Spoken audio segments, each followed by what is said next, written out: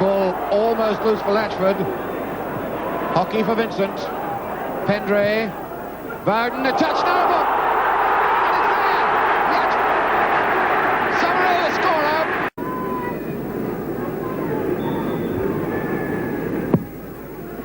What little curler. Out, a missed kick.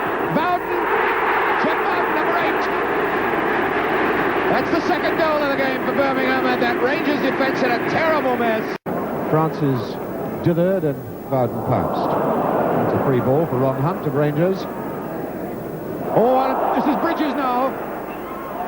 Bridges, the scorer, makes it 2-1, and one's got to say it, that was a mistake then by Roger Hine, Barry Bridges, the old Birmingham. Loftus Road yesterday. Queen's Park Rangers against Birmingham, both in a season of disappointment. For Rangers, so much a question of injuries, and into their team today for his first game is 20-year-old Andy McCulloch from Walton and Hersham, who only signed professional forms on Friday.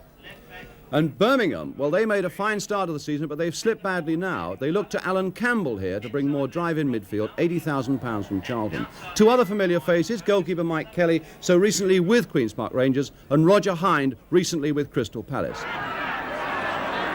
Hockey very aggressive, but Hazel coming away with it, finding Venables in turn to Marsh. Faced by Robinson. Marsh with a shot across the goal! And Kelly really had to get down to that one from Marsh.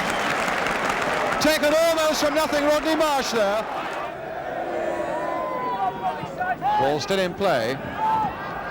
Ron Hunt. And now Gillard. Marsh was calling for it, and a slip there allows Marsh to go in. A goal by Marsh! What a goal! Mike Kelly absolutely beaten. And Rodney Marsh puts Rangers ahead with 5 minutes gone. Well, there was a slip by Robinson, and Marsh really pounced on that one.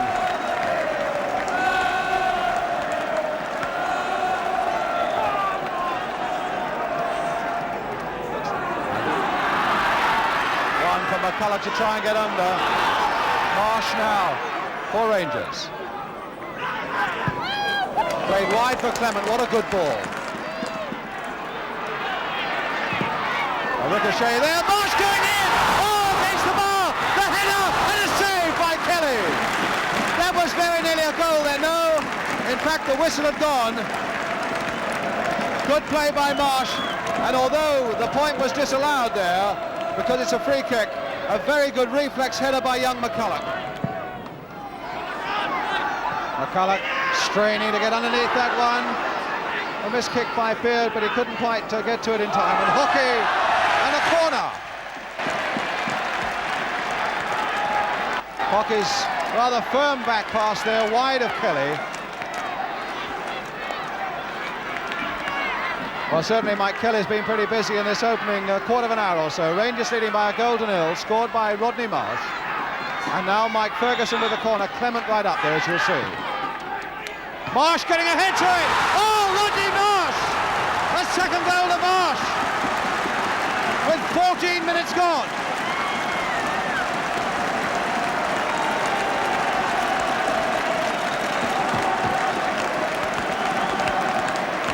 And from the corner, Rodney Marsh getting above everybody else to flick that ball so beautifully wide of Kelly for his second goal, and Rangers as well.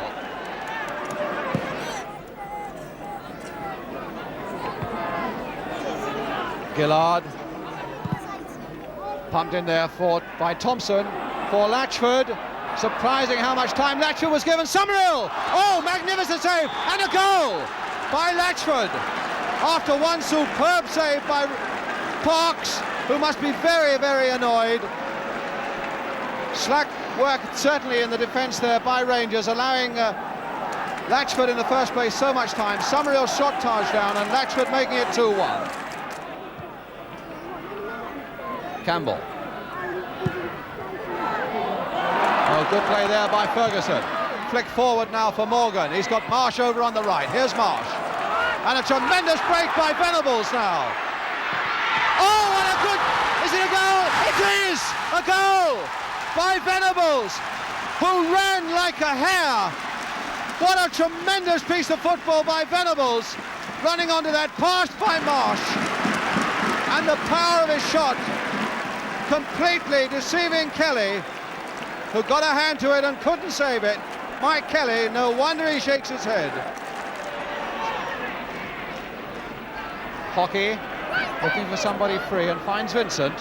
Beard's gone outside him. Hockey. Still Hockey. Beard right out there still, Malcolm Beard. A little chip through there for Summerhill, taken well on the body twice. Across their goal, Latchford! Oh, a goal and a good one! Beautifully made though by Summerhill for Latchford. His second of the game. What magnificent skills there on the touchline, on his body by Summerhill. Laid across there, and a simple enough task then for Latchford. Well, at this rate, with 5 goals in 20 minutes, we're going to need a cricket scoreboard to keep this match going, to keep abreast of it. Here's Vincent. Good work by Vincent. Oh, and nearly there, creeping inside the post with Parks plunging across his goal from Vincent to push it aside. Summerhill across well, and Latchford, oh, within an ace of getting his hat-trick and the equaliser for Birmingham City. He really is an opportunist, this fellow, in the 6-yard area.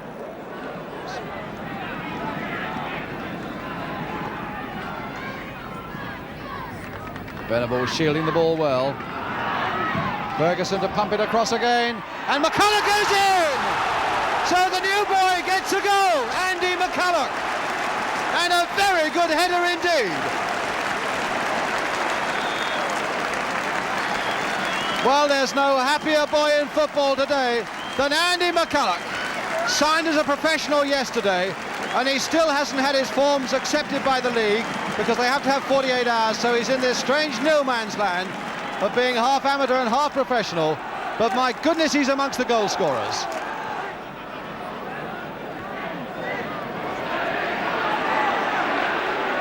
Summerhill harried and hustled all the way by Clement, and hustled into an error, and Ferguson is right there in the middle of it. Will it come through to Marsh? Oh, look at that for skill by Marsh! Oh, and what a goal! Rodney Marsh's hat-trick! Oh, what incredible skill by Marsh! There really was no way through, and yet Rodney Marsh found a way through.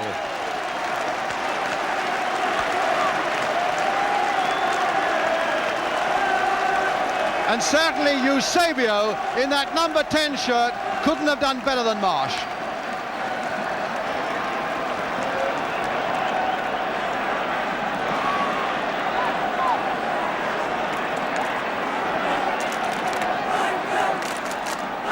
Well, some really exhilarating forward play there by the Rangers, but I noticed in the News of the World this morning that Rangers manager Les Allen, as realistic as ever, is very worried about his defence, and he told reporter Dennis Signey that he hoped his defenders would learn something from television. Well, even so, the happier side must be the Rangers attack, particularly the form, as I say, of Rodney Marsh. And before we meet Rodney, our studio guest today, here's Jimmy Hill.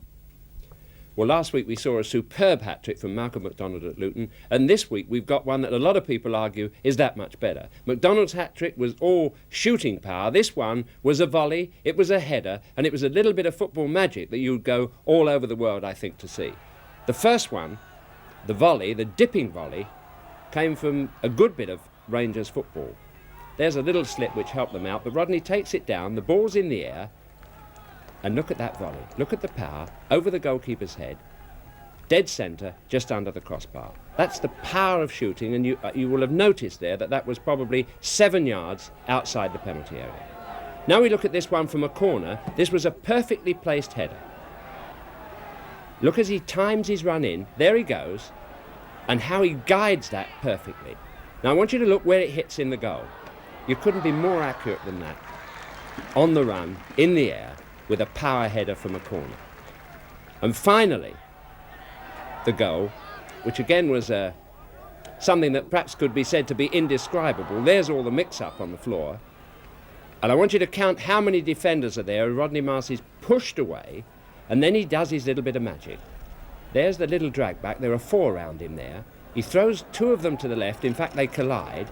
And then when it looks as if he can't get the power on the turn into that shot, he does, gets it through the defender's legs. And there is that third magnificent goal. Rodney Marsh at his superb best. Well, that was a hat-trick that wouldn't have disgraced Pele, Rodney. Is it the best hat-trick you've ever scored? I don't think so, Jim. I scored a hat-trick last year against Blackpool, which I felt was the best. What gave you more satisfaction? Well, it came at a time last year when I was struggling for goals, and it was more than welcome when it came. Was there a better goal in it than the third goal yesterday? Well, yeah, I thought so. It was a banana shot from the edge of the area, which I felt was better, yeah. A banana shot? Yeah. Does it give you more satisfaction to score that kind of extraordinary goal than perhaps a straightforward one, a good passing movement and a really explosive straight shot? Well, it does really, because they come so few and far between. Yeah. The goal yesterday, the third goal, that other extraordinary goal, was that your second best goal of your career, would you say? I would say so, yeah. It was struck better than what I thought it was on the day. Looking at it again, Always looks better the day after. Yeah. How many hat-tricks have you scored? About 7. 7? Yeah. How many do you think you're going to score before you're finished? I think that's probably the last one, actually. Until that. Rodney, Rangers, away from you. Last year, I did say in an interview with Terry Venables on this programme that you were too easily beaten away from home, and I didn't think you'd get promotion last year. That seems to apply even more this season. Yeah. The thing is there, Jim, you see, when we're at home, we really go outside, we play with 2 wingers wide and we really go at the people. But when we go away from home, we tend to be more defensive-minded, which I don't think is a good thing for us. And we suffer because of this, Rodney, as a player, I think you have it in you to be perhaps you're as good a player as any of the top 6 in the world as a forward. And yet somehow you don't quite seem to be achieving that. You seem to be the greatest entertainer maybe we have in the country, but you don't seem to be achieving that. Do you have that ambition? Well, certainly, Jim. Yeah, but I think the thing is, I think it's a question of exposure. In the second division, you don't seem to get the same exposure. And when I've played in the first division, it's been with 2 struggling sides fighting for relegation, you see. You got some exposure yesterday in the second division. Was that why a hat-trick in front of 4 million instead of 13,000? Did that make a difference to your play? Not really, no. I don't think you really realise that people are watching you, You just go and play the game the only way you know how to play it. What about your all-round game? I mean, to be very critical of you, I would say that once in a while, particularly away, you don't maybe run as much as you should, you don't chase as much as you should, and you don't tackle as much as you should. If I was being very critical, would you accept those criticisms? Not as such, no. I think, as I said earlier, we tend to play defensively away from home. You see, we leave perhaps 1 or even, at the most 2 forwards up. I think that although it gives you more room to manoeuvre, I think we struggle when we play defensively. Is there any hope for you to get with a good side in the first division, be it Queen's Park Rangers? Do you think there is a possibility? I think there's a chance of Rangers getting the first division quite soon, yeah. You think the spirit's there within the club to do that? Most certainly the spirit is, yeah. Led by Rodney Marsh and many more hat-tricks. Thank you. Well, Rodney, thank you very much for that hat-trick yesterday. Thank you for all the entertainment at Shepherd's Bush and for the interview today. Pleasure. So the amazing skills of Rodney Marsh, 2 beards on 1 programme. We really have got a bonus on the big match today. Greenwood, too strong though with a header. But Chilton now with a chance to break through. Can he get a shot in? Oh, what a good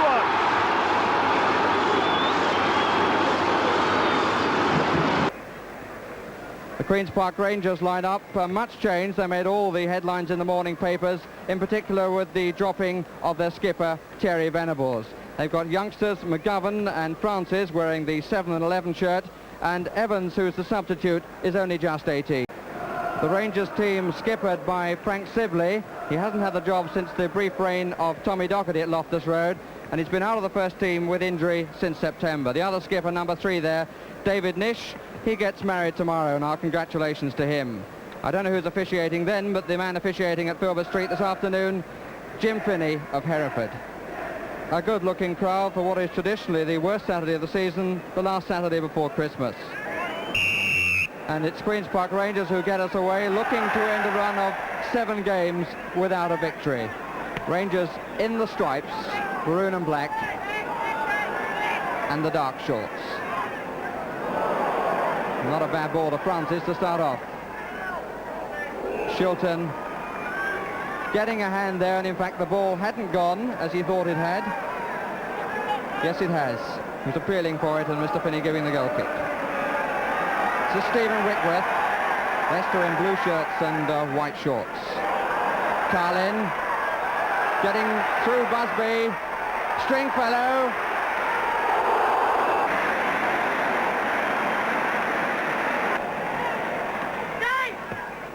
That's a good ball from Nish to Farrington. Whitworth going like a train outside him. Farrington going like a train himself. Good shot, good shot. Pretty pacey, this boy Farrington. And it was a good right foot shot, well appreciated. Stringfellow on the far post. Brown on the near. Cameron who got the header. Saul back.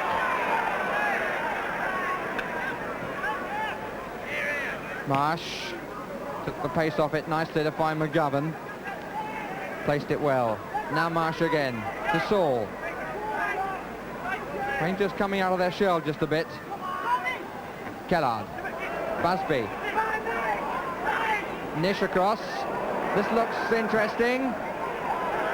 Cross a little bit too long.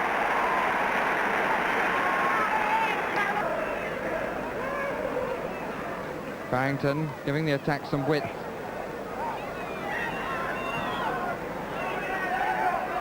Marsh. Through Kellard, beautifully played.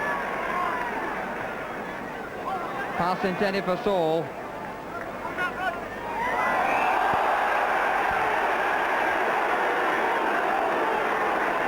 Well, Nish looks hurt. Marsh acknowledging it straight away, Carling cross about it.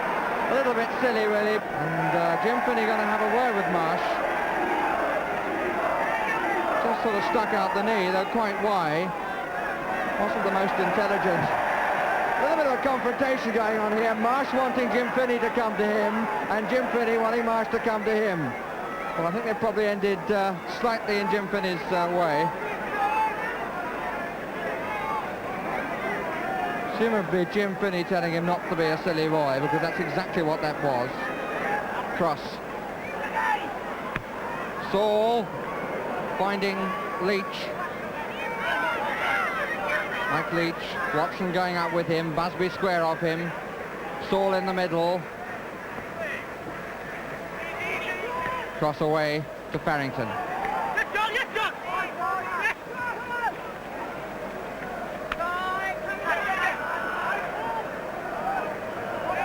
Francis. Not a particularly good...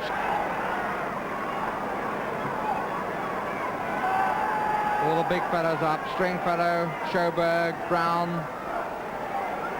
Stringfellow getting up. Another wrestling match going on. Goalkeeper's got it. Diving right amongst feet. And they weren't very happy that a few feet flew around the goalkeeper. Referee has pulled Sibley away, and Marsh.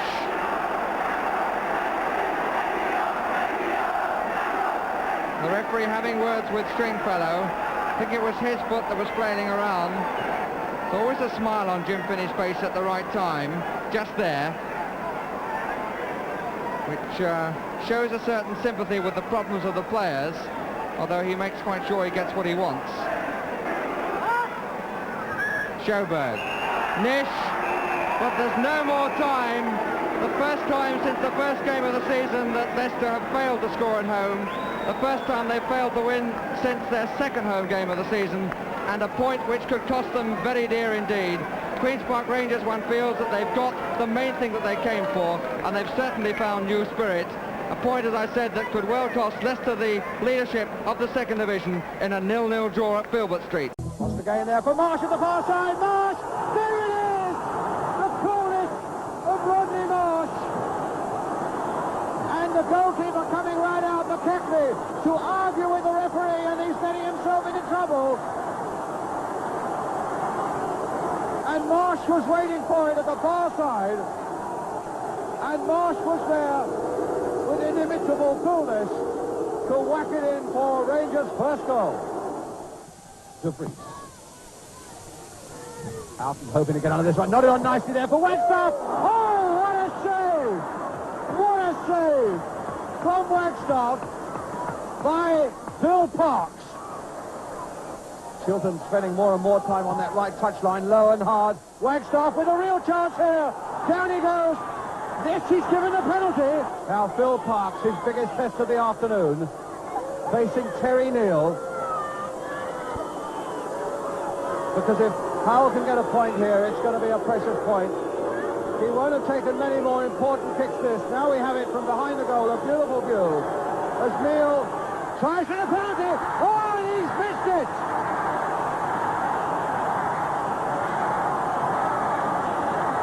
Here comes the corner.